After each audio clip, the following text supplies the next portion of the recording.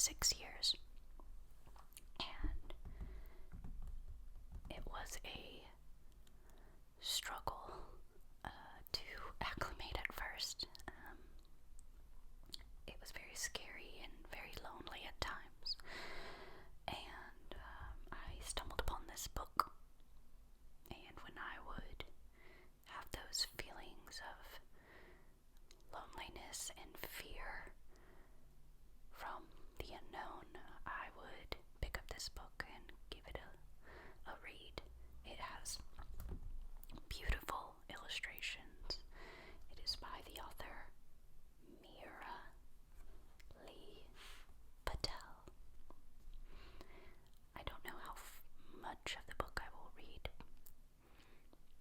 and I don't know how many people will enjoy it, but if you are feeling unsettled or full of anxiety, just sit back and relax while I read you some tales from this book.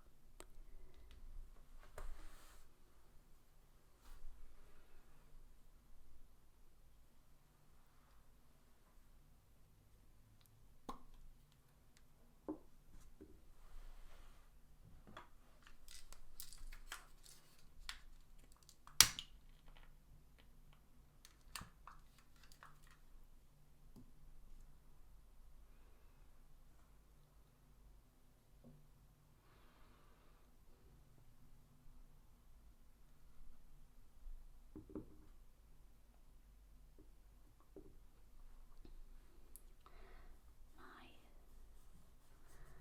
friend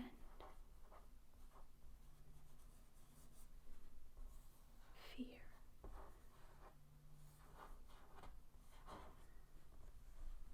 Finding magic in the unknown.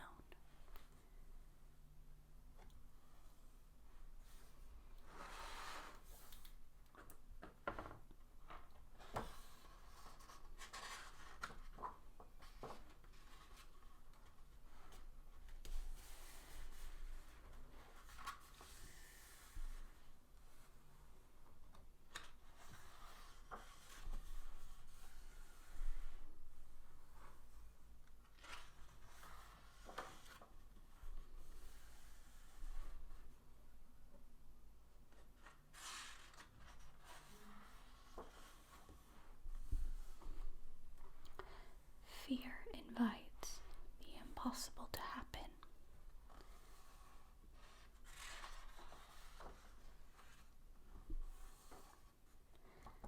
Author's note. This is a book about fear. It's a book about longing and loneliness and the way we hide from the world. It's a book about how we hide from ourselves, reluctant to look inside, frightened by what we may find.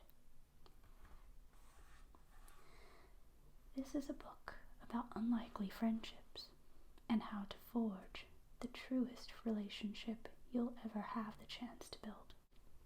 The one that connects your heart to your body and mind. You will spend your entire life nurturing this relationship, and there's no better way to spend your time. This book is about you, and it's also a book about me. This book is a window that allows us to see each other. It's a book that stayed in my heart years before I found the courage to write it all down. It's a book that stayed in my mind and haunted my body for years while I grew up. It's a book that came to be in a spacious room somewhere in northern Illinois and was recited aloud to no one in an underground Williamsburg apartment.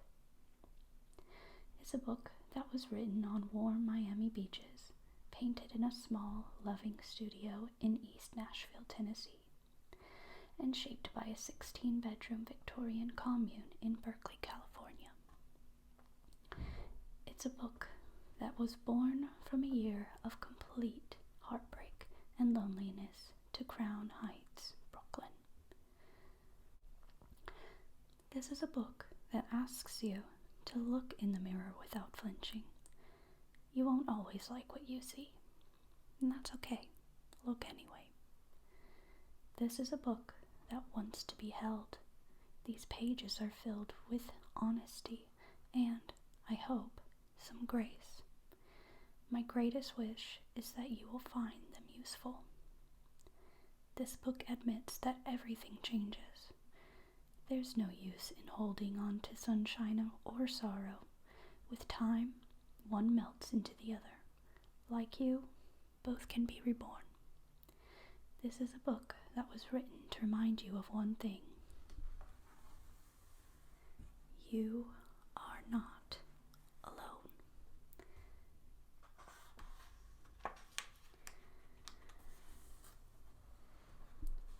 First, say to yourself, what would you be? And then do what you have to do.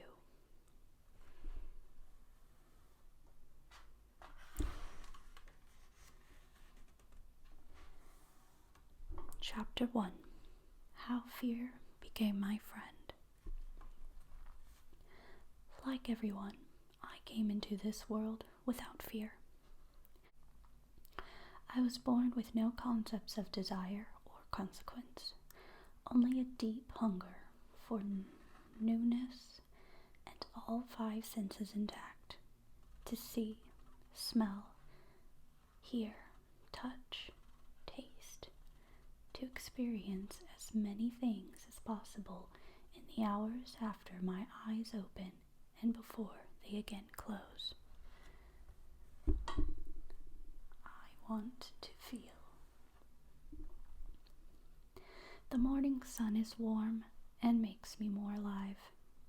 It feels like a soft blanket that follows me throughout the day. In the afternoon, it burns brighter and more fiercely still, and I wonder how much closer it's gotten to Earth. I'm hot and a bit uncomfortable, but I want to know how much I can endure. I test my physical and emotional boundaries and push them to expand. If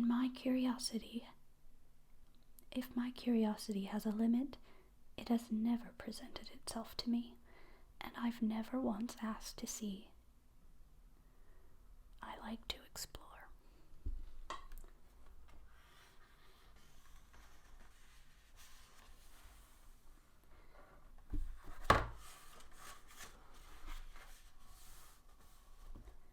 I want to know.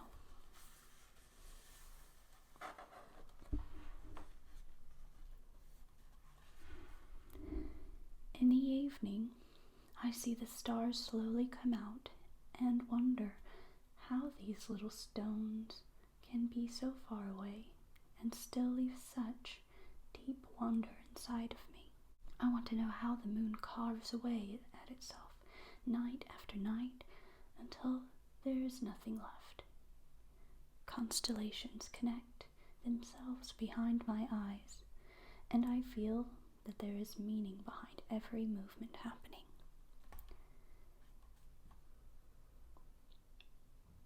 And I feel that there is meaning behind every movement happening around me.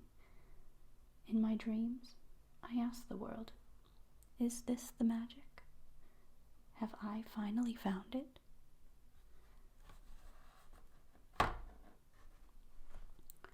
I want to understand.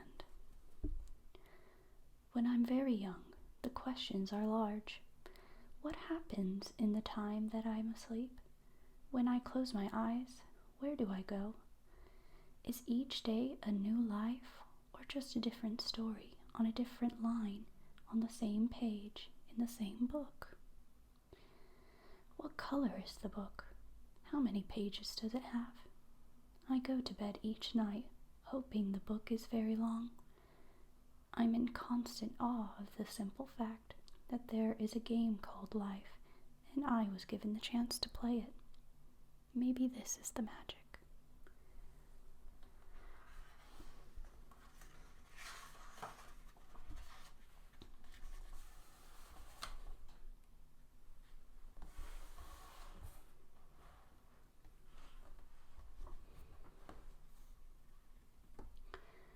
When I'm a little older, the questions change slightly.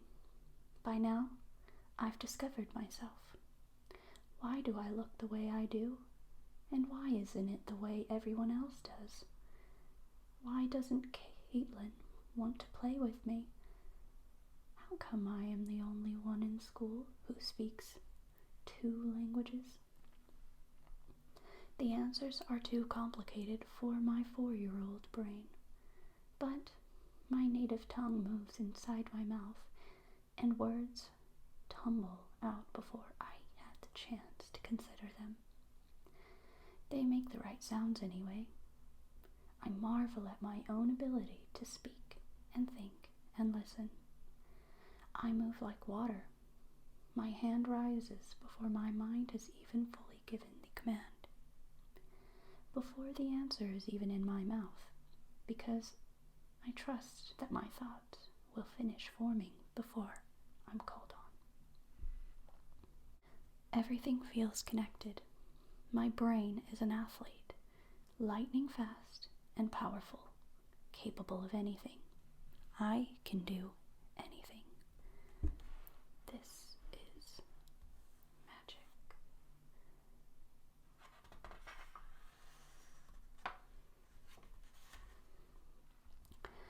As an adult, I found it fairly difficult to hold on to magic. Not long after I was marveling at my own ability to exist, to simply float and feel and be a speck in an ever-expanding universe, did I stumble onto another plane, one where contentment turned to anxiety and innate ability turned into doubt. I've spent the greater amount of my life living in fear. My fear is multitudinous. It begins as one thing and ends up as another, splitting itself into 1,000,000 pieces that scatter off into every direction. It exists both inside and outside of myself, and follows me around the way I wish my older sister always would. She never did. There are many fears inside of me, but mostly there is the fear of being different. A fear so large and magnanimous that it has never left my side. It comes from knowing that my body is different from anyone else's. It's different from yours. My color is different. It's golden sometimes, toasty in the winter, and a deep burnt caramel when I'm in the sun for too long. My ethnicity makes me different, as does my culture, my language. As I've gotten older, my native tongue has quieted. So much so that I now fumble over the words. Instead, I speak English because it lets me blend into my surroundings. It doesn't give other people a reason to look at me quizzically. In fact, speaking English allows me to slip by unnoticed. If you don't look too closely, I'm a blur, inseparable from the elements to the left or right of me. For a lot of my life, I've tried to remain out of focus. The fear of being different forces me to be like everyone else.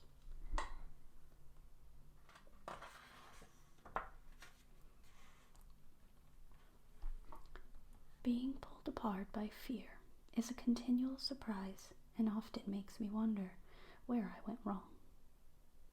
If I had done things differently, would it still be here? If I were a better person, surely I'd be traveling the world carelessly forging wonderful friendships with ease, experiencing more than I ever dreamed possible. I wouldn't be sitting in a coffee shop in downtown Chicago, utterly stricken by fear, would I? The answer, of course, is yes. Fear would still be here. It would be here even if I said the right words or showed up on time, even if everything went exactly according to plan. Fear will still be here because fear is not a consequence. It's not a punishment we receive for doing something wrong or behaving badly. It is not something that we feel because we lack the strength to overcome it. In fact, fear isn't an obstacle to overcome at all. Fear is a light that's meant to guide us. It builds strength and provides sustenance. It has the ability to split us open like a knife does a pomegranate, spilling seeds of beauty and incredible possibility from the inside. There are moments when I simply feel free, untethered from my constant fear of being different, of being judged or singled out. In these moments, I float.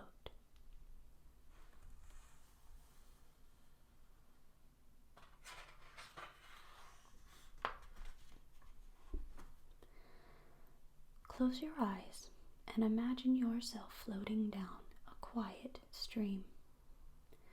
The water feels cool and familiar, like it was made to gently support your body. Wildlife shimmers and always around you. Birds flutter and butterflies join them. Clouds make their way across the sky like they were meant to. There's nothing for you to do but float. I belong here, you think to yourself. Do you feel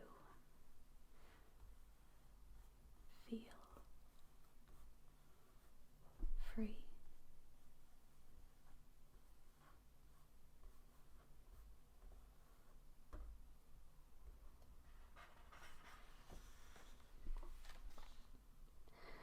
Freedom is the recognition that where you are right now is exactly where you're supposed to be.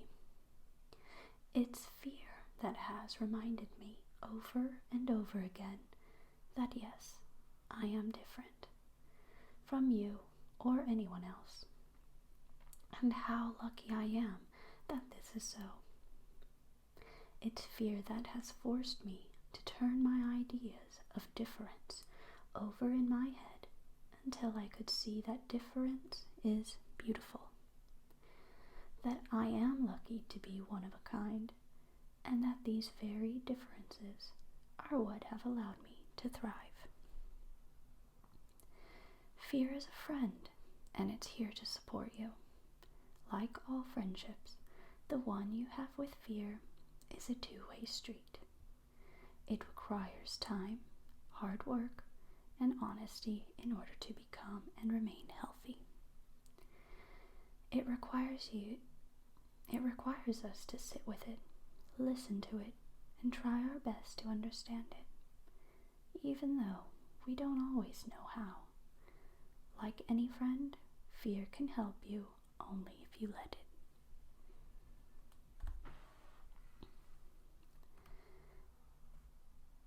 In the throes of darkness, fear makes us feel as if magic doesn't exist. But what if it's actually telling us exactly where to find it? Think back to a few moments ago when you were floating down that quiet stream. The water gurgles and splashes around you. There is a breeze, and when it touches you, you feel safe. Remember what it's like to feel free. Fear is always beside us, but it doesn't keep us from freedom. It leads us to it, slowly moving us toward the magic. I am lucky to be one of a kind.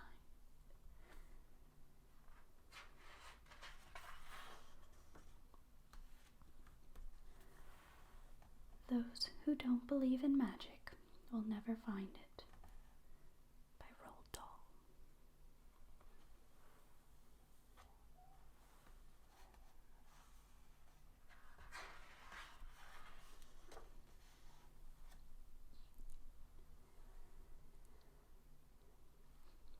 Chapter 2. Where does fear begin? We are born fearless. We are born free. As we grow older, our affinity for curiosity dampens in favor of security, the ability to feel safe and cared for. Though each person's life and environment is varied, there are a few permanent stones that offer security, acceptance, understanding, community, love, and freedom. When we don't have these stones in place, or when one of them is endangered, fear leaps in to fill the vacancy. It replaces the feeling of safety with anxiety. Our minds are uneasy, filled with confusion. We don't know what to do next. Where do we go from here?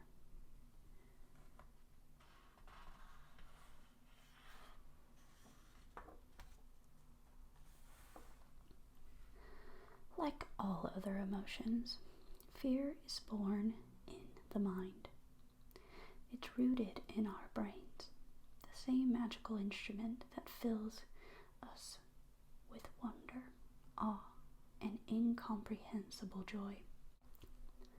What prompts fear to take birth in us changes constantly.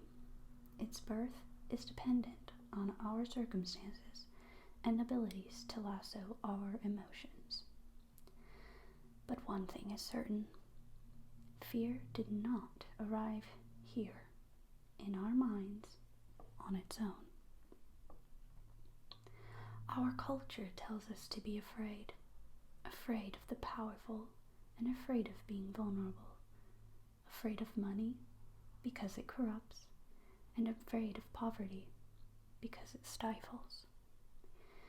Our culture tells us to be afraid of what we are, humans, and who we innately are, our honest, most beautiful selves. We are continually told that changing ourselves is the only way we'll ever be accepted, loved, cherished, or seen. I live in New York, so I ride the train daily. I always look at the subway ads, which reflect what our culture is preoccupied with at the moment. There are usually advertisements for plastic surgery featuring women who are so much happier now that they've modified their bodies. I roll my eyes at these signs, but inside I feel uneasy. Am I supposed to look like that? I silently wonder to myself, staring at my reflection in the train windows. I'm not even close. The wall in front of me features a cosmetic company that prides itself on creating the most natural-looking makeup. I'm not convinced it's more natural than the bare face I wear. But the girls in the ad look beautiful. It wouldn't hurt to put some mascara on before leaving the house, I tell myself, awakening insecurities that were asleep before I'd stepped onto the subway. I don't want plastic surgery, but I do have a fear of not being beautiful. I don't enjoy wearing makeup, but I do have a fear of not fitting in.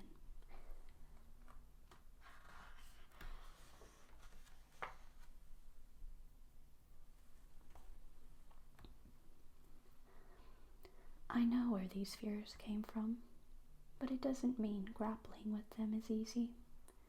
Modern culture paints fear as a dark, powerful thing that has the ability to control us. But fear isn't the true culprit here. It isn't fear that tells us to change who we are. It's our culture, the signs, voices, and messages we're surrounded by.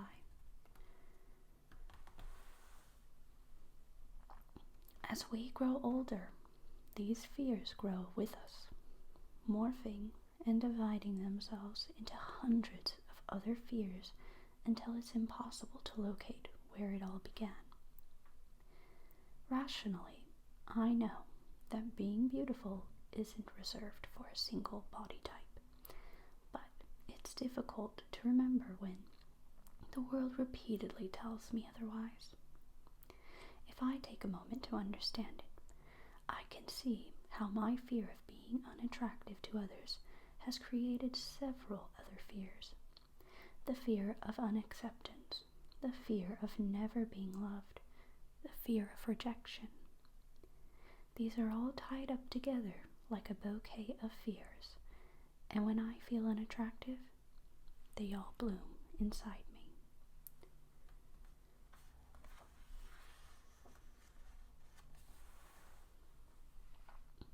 Most of the time, we don't create our own fears. We carry other people's fears within us. Parents often, unknowingly, are the first people who begin unloading their fears onto their children. In order to protect them, parents instill a fear of foreignness in their babies. They ask them to stay close. They reach them to follow the same path they once took, because the path's familiarity offers safety. The crevices are known. If there are shortcuts, they can be shared. Why choose winding and circuitous when you can go straight? This is usually done with the purest of intention. Parents want to protect their children from pain and difficulty. They want to give us the value of the lessons they've learned so we don't have to learn them ourselves. This usually backfires because as children, we do learn by example, but we learn best from experience. Cautious warnings shape themselves into fears, and these fears then prevent us from trying new things, including experiences that can fulfill and fortify us. We miss out on the necessary experiences that can shape us into the people we want to be.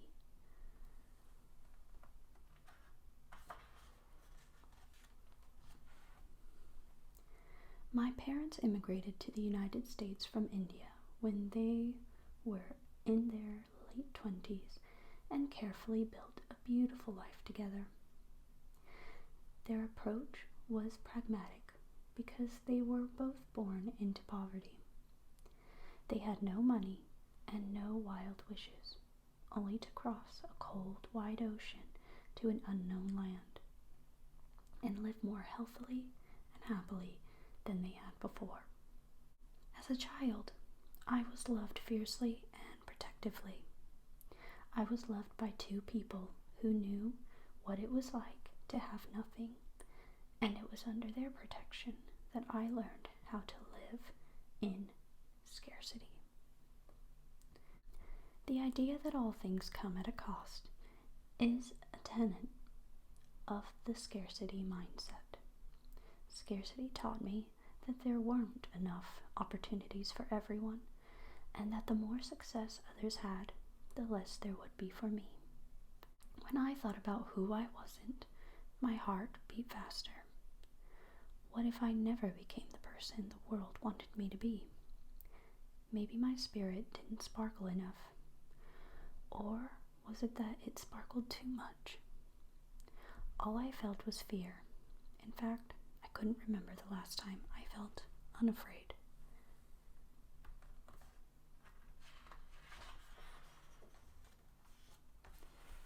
When was the last time you felt unafraid?